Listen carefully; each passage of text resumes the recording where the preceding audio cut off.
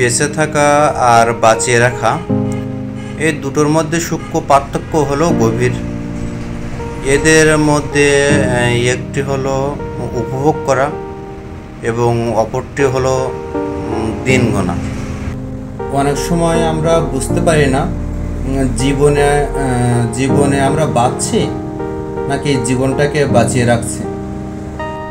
ধরো তুমি চাও তোমার ইচ্ছা মতো কেউ তোমাকে ভালোবাসে, কিন্তু আমরা সেই আশায় দিন পার করছি, সেই আশায় দিন গুনছি, সেই আশায় আমরা অপেক্ষা করছি কোনো একদিন আমাদের সেই আশাগুলো পূরণ হবে। কিন্তু এই আশায় থেকে আমরা তো জীবনটাকে উপভোগ করছি না, বরং জীবনটাকে টিকিয়ে রাখছি। বরং আমরা এই আশায় না থেকে আমরা আমাদের জীবনটাকে ভালোবাসতে শিখি, জীবনটাকে উপভোগ করতে শিখি। তাহলে এটাই তো আমাদের আসল জীবন। নিজের বেঁচে থাকার সময়টাকে আনন্দে ভরে তুলি, তাহলে সেটা হবে আমাদের আসল বেঁচে থাকা। যারা কেবল জীবনটাকে বাঁচিয়ে রাখে, যারা অন্যের আশায় বা অন্যের ভালোবাসার আশায় জীবনটাকে বাঁচিয়ে রাখে, যারা ভাবে যে কোনো এক সময় তাদের ভবিষ্যতে সুখ এসে ধরা দেবে, কিন্তু এই আশাই থেকে দেখা যায় তাদের সময় চলে যায়, জীবনের বার্ধক্য এসে ধরা দেয়, তখন তাদের আফসোসের সীমা থাকে না।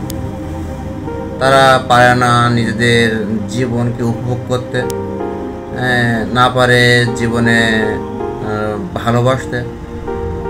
সময় চলে গেলে তখন তারা আফসোস করে, কিন্তু তাদের হাতে আর কোনো সুযোগ থাকে না। আসলে জীবন তো এমন হওয়া উচিত নয়। বাঁচিয়ে রাখা আসলে জীবনের ঘানিটা না। আর বেঁচে থাকার সত্যিকারের অর্থ হলো জীবনটাকে উপভোগ। জীবনটা আসলে একটা ম্যাজিক। এই ম্যাজিকটা আমাদের কাছে ধরা দেয় যখন আমরা ইতিবাচক থাকতে শিখি।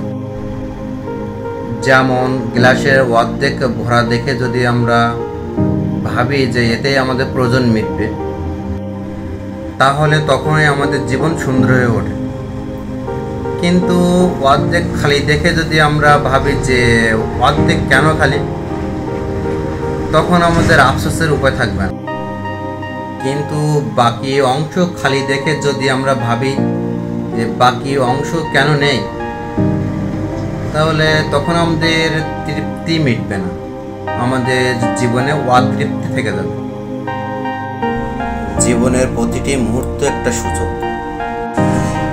পৃথিবীতে অনেক মানুষ আছে যারা চরম প্রতিকূলতার মধ্যে থেকে জীবনটাকে বাঁচিয়ে রাখছে।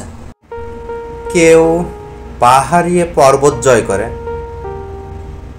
আবার কেউ নতুনভাবে ঘুরে দাঁড়িয়ে জীবনটাকে উপভোগ করে। এরা কেবল নিজেকে বাঁচিয়ে রাখেনি, বরং নতুন করে বাঁচতে শিখছে। তুমি কি নিজেকে ভালোবাসো? এই প্রশ্নটা আগে নিজেকে করো, কারণ অন্য কেউ তোমাকে ভালোবাসার আগে নিজেকেই ভালোবাসতে হবে সর্বপ্রথম। নিজেকে নিজের মতো ভালোবাসতে পারলে তাহলে জীবনে বেঁচে থাকার উপভোগ করা যাবে, কোনো আফসোস থাকবে না, সমস্ত ভালোবাসাটা নিজের জন্য উজাড় করে দেওয়া যাবে। সবাই সুস্থ থাকবেন, ভালো থাকবেন। ধন্যবাদ সবাইকে।